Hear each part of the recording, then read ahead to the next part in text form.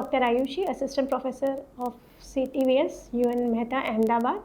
I am presenting a class on mediastinal tumor, its classification and the surgical approach.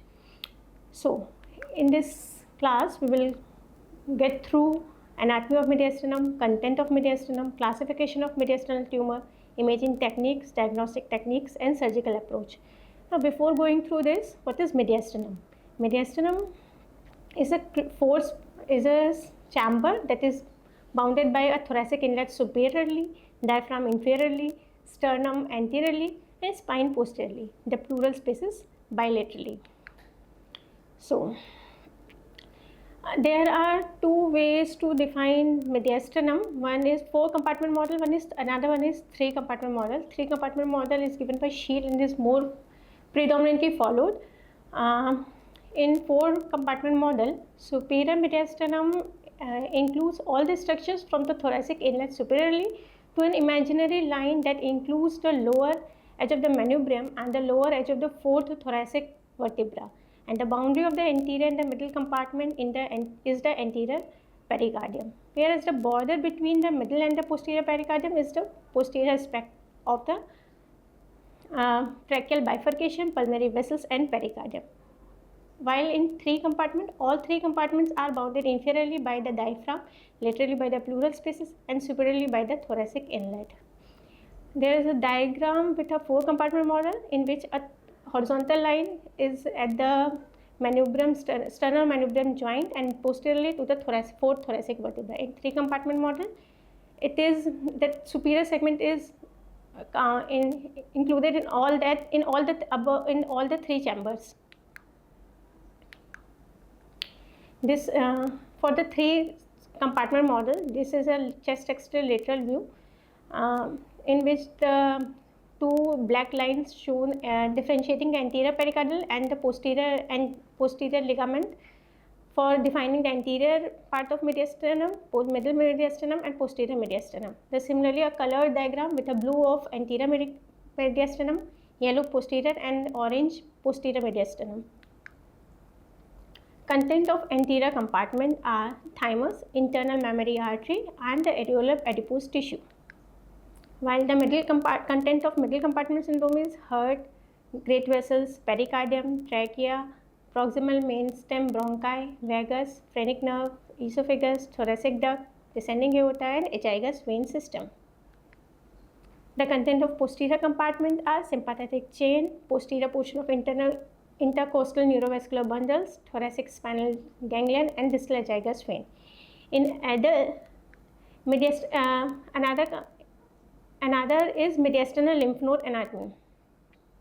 Before going to this, in adults, 65% of the lesions that arises is in the anterosuperior compartment, 10% in middle, and 25% in the posterior compartment. While this distribution is reversed in the children, in whom 25% are in the anterosuperior, 10% in middle, and 65% in posterior compartment. Let's go through mediastinal lymph node anatomy. Mediastinal lymph node anatomy has been divided into 4 groups and have been divided into 14 stations. These stations are the highest mediastinal lymph node, that is level 1, upper right and left paratracheal, that is level 2, and the lower mediastinal paratracheal 4 and the subcarinal levels, level 7, are the only nodal station that can be examined through cervical mediastinoscopy.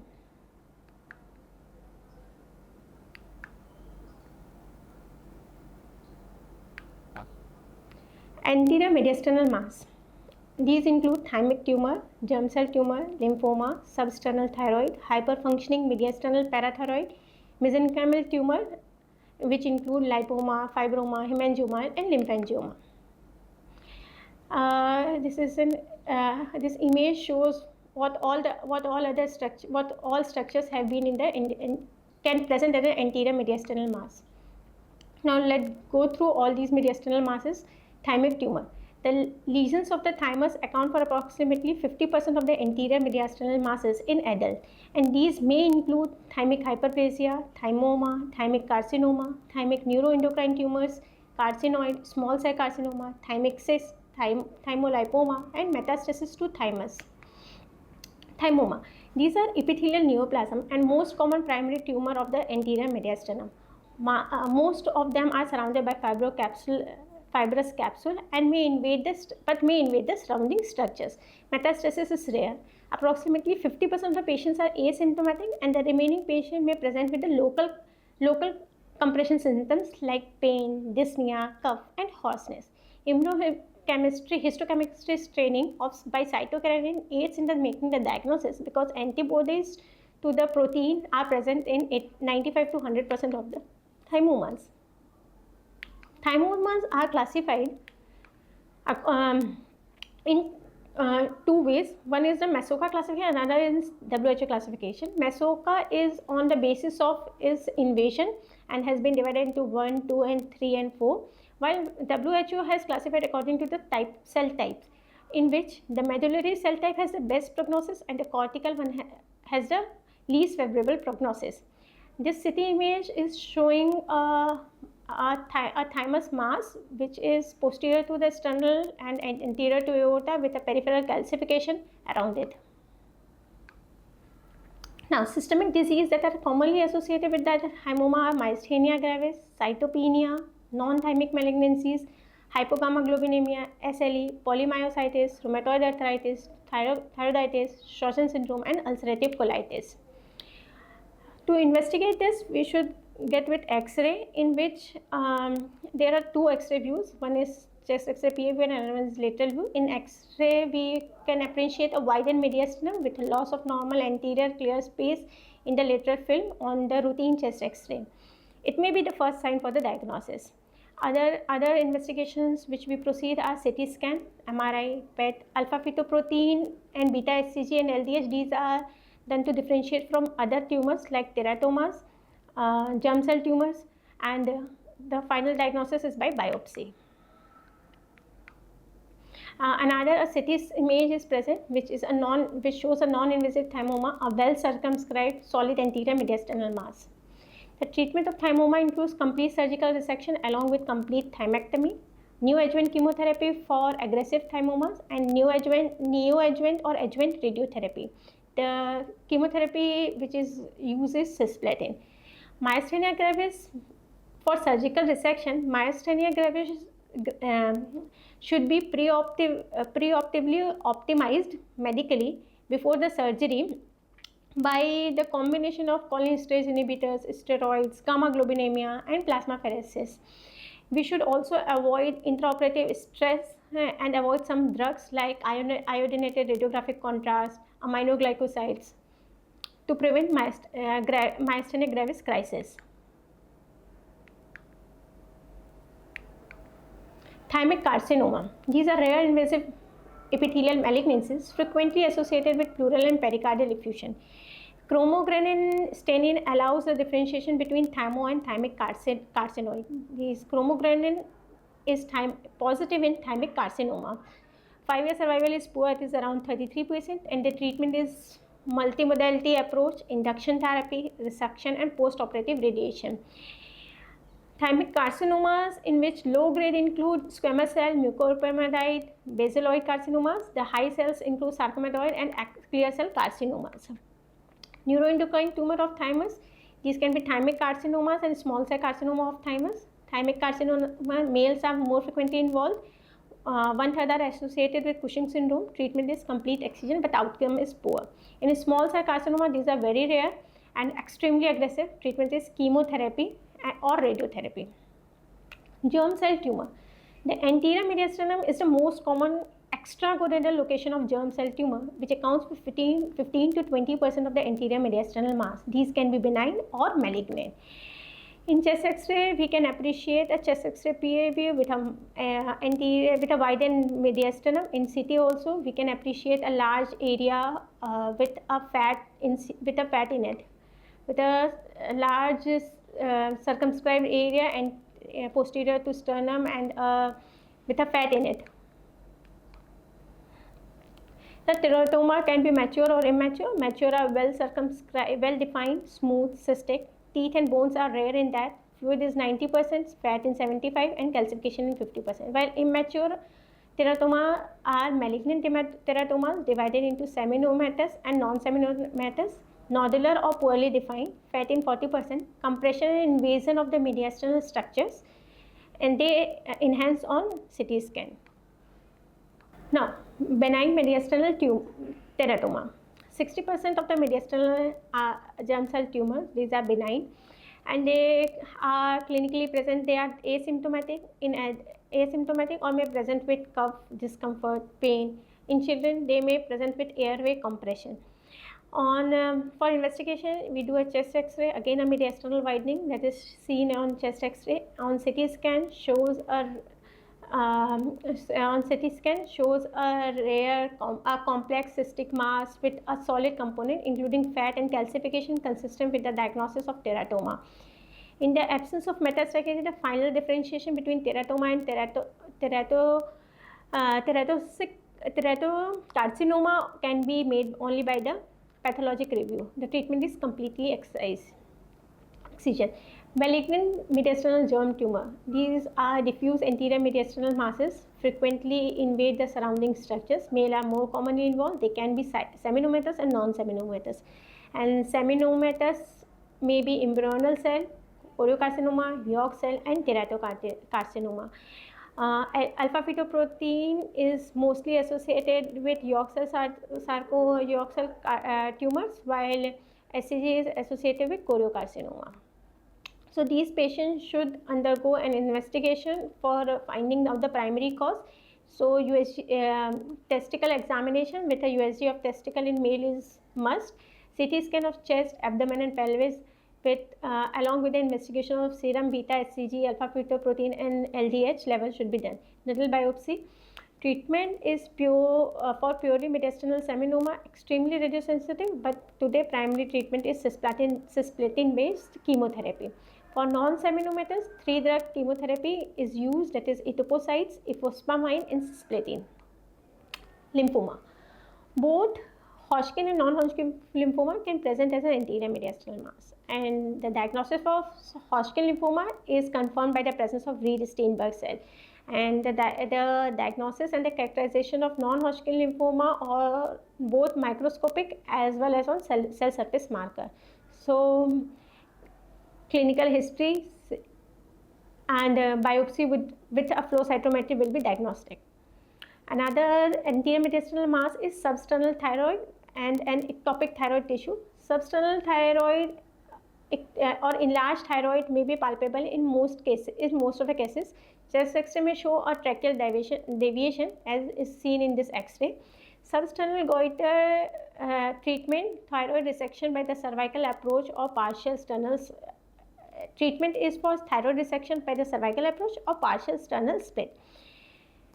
The CT scan is done without contrast because iodine itself acts as a contrast in these patients. Hyperfunctioning mediastinal parathyroid adenoma. Patient exhibit primary hyperparathyroidism after unsuccessful neck exploration. Localization study should be performed before the mediastinal exploration. CT and MRI reveal a well circumscribed mass. Technetium-99 system AV scan is the most useful study. Treatment will include resection via transcervical approach, via median sternotomy or via thoracoscopy. Now the disease of middle mediastinum. The most common disease of middle mediastinum is the mediastinal lymphadenopathy, which can include a metastasis from lung cancer, esophagus, tracheal malignancies, mesothelioma, Hodgkin lymphoma, primary mediastinal B-cell lymphomas, sarcoidosis, histoplasmosis, and extrathoracic. The most common other pathologies are tracheal disorders, bronchogenic cyst, pericardial disorders like pericardial cyst and pericardial neoplasm. The most common symptoms of middle mediastinum include cough, dyspnea, and chest pain. In the presence of malignancy, direct invasion can lead to the diaphragmatic paralysis or chylothorax. Compression to the SVC can obstruct the blood from upper part of the body, hence can present with superior vena cava syndrome. Pericardial cyst. lie against the pericardium, diaphragm or an anterior chest wall, usually asymptomatic, but may enlarge to cause the RV outflow obstruction or rupture with a tamponade. Arises during the embryonic development, percutaneous drainage or the surgical treatment is percutaneous drainage or surgical resection. Bronchogenic cyst. These are 60% of all the mediastinal cysts. It may be located in the lung parenchyma or the mediastinum. The most common congenital foregut cyst resulting from an abnormal budding of the tracheolaryngeal groove. Bronchogenic cysts are lined by the ciliated columnar respiratory epithelium or the cuboid epithelium containing the mucoid gland, and the presence of air fluid levels suggests a communication within the airway. The most common symptom is pain, cough, hemoptysis, hence the treatment is for this is a resection. If the patient is symptomatic, the patient needs surgery, and if it is asymptomatic, then observation will be enough. Posterior mediastinal masses. These include neurogenic tumor, esophageal masses, cyst, and others. Neurogenic tumor. Neurogenic tumor are common in young adult and children, and 15% of the mediastinal mass in adult. It originates from the embryonic neural crest cells located near the spinal ganglia. Tumors located in the posterior mediastinum may show a dumbbell-like tumor on CT scan. These may be a benign or a malignant. Benign are neuruloma, neurofibroma. Malignant are neurogenic sarcoma or malignant schwannoma. On the basis of the origin of the tumor, it can be a intercostal nerve tumor, sympathetic ganglion tumor, or paraganglion cell tumor.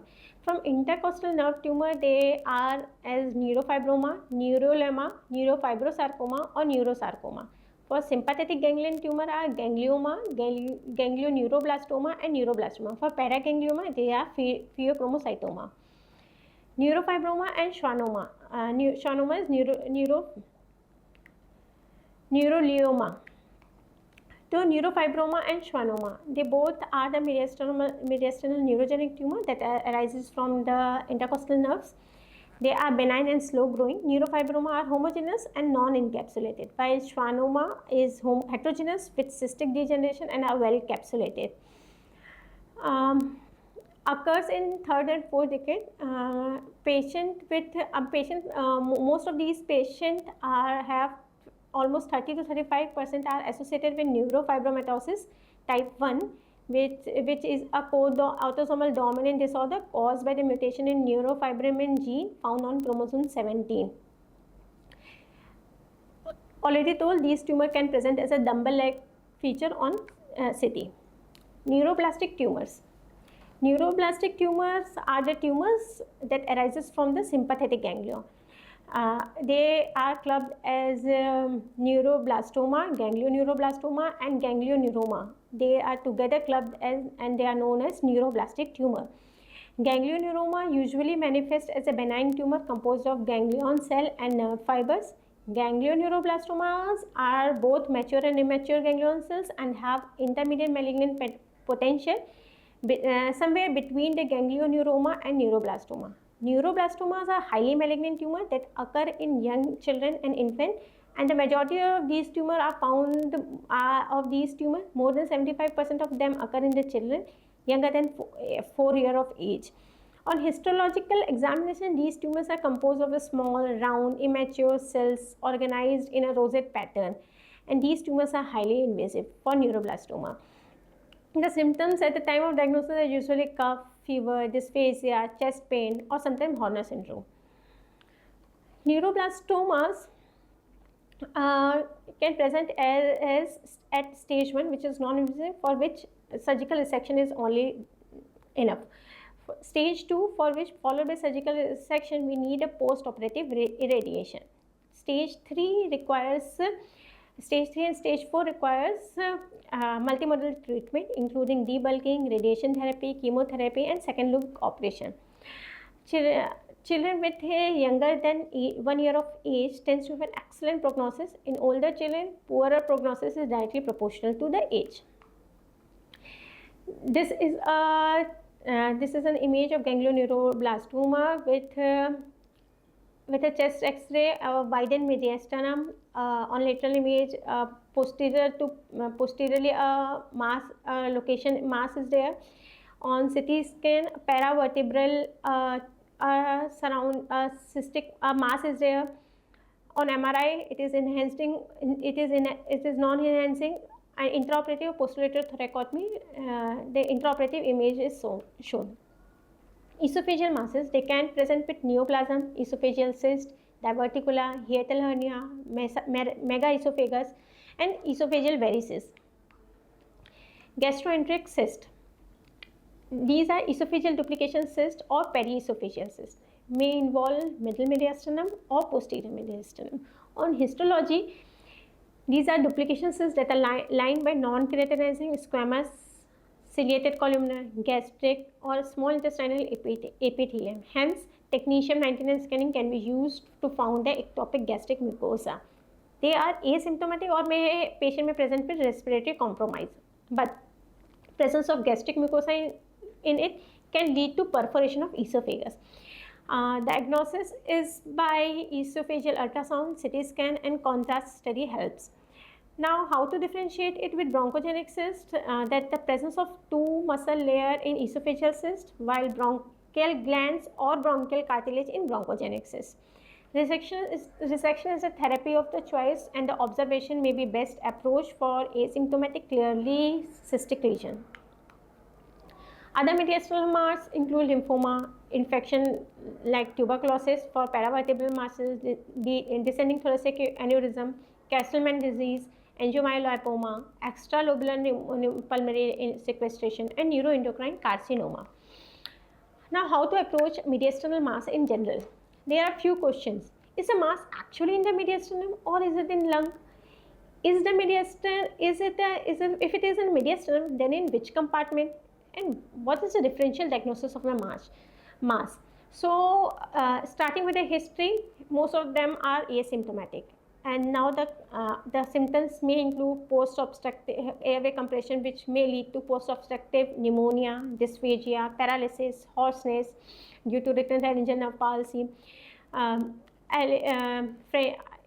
elevated diaphragm leading to phrenic nerve palsy, Horner syndrome, SVC syndrome, hemoptysis, or may constitutional for lymphoma, just like in lymphoma.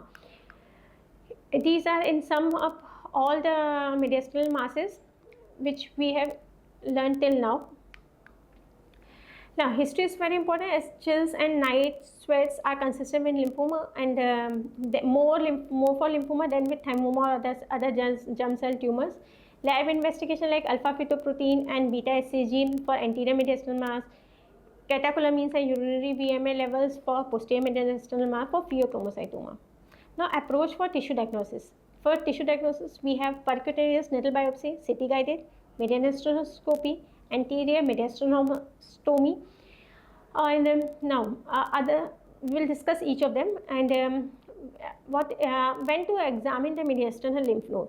The indications for the mediastinal lymph node assessment is non-small cell lung cancer, mediastinal lymphadenopathy of unknown origin, mediastinal mass, primary tracheal tumors, esophageal tumors.